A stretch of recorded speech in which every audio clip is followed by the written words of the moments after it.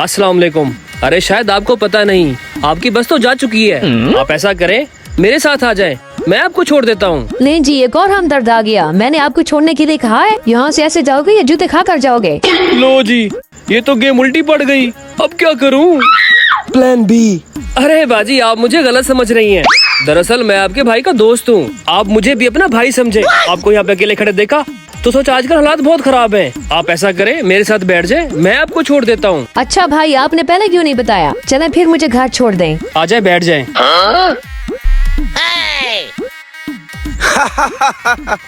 इस हरामखोर को शायद इतना नहीं पता कि 10,000 के चक्कर में ये 10 लाख हारने जा रहा है। तू तो गया बेटे।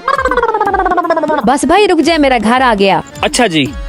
अंदर आ जाए भाई, पानी पी कर जाए। अरे बाजी रहने दें, फिर किस दिन पी लूंगा। भाई ऐसे तो मैं नहीं जाने दूंगी आपको पानी पी कर जाना पड़ेगा। है अब क्या करूं, कहीं वो कमीना शर्त के पैसे लेके भाग ना जाए। अच्छा कोई नहीं, जल्दी से पानी पी के चला जाता हूँ। अच्छा चले, आप इतना कह रही हैं तो पिला दे पानी। जी जरूर, आ जाए। आ जाए आ जाए।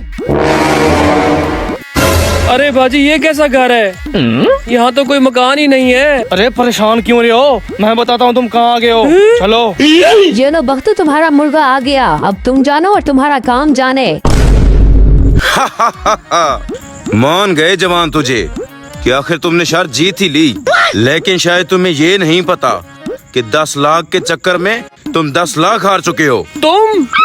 इसका मतलब है वो सिर्फ शर्त नहीं थी, बल्कि तुम लोगों का बिछाया हुआ जाल था। हाँ, ये सारा मेरा बिछाया हुआ जाल था जिसमें तुम बुरी तरह से फंस चुके हो। जल्दी से 10 लाख का बंदोबस्त करो, नहीं तो ये तुम्हारा आखिरी दिन होगा आज। भाई, इन्होंने जो तुम्हें अकाउंट नंबर भेजा है उसमें 10 लाख रुपए भेज दो, वरना ये लोग मुझे नहीं छोड़ेंगे।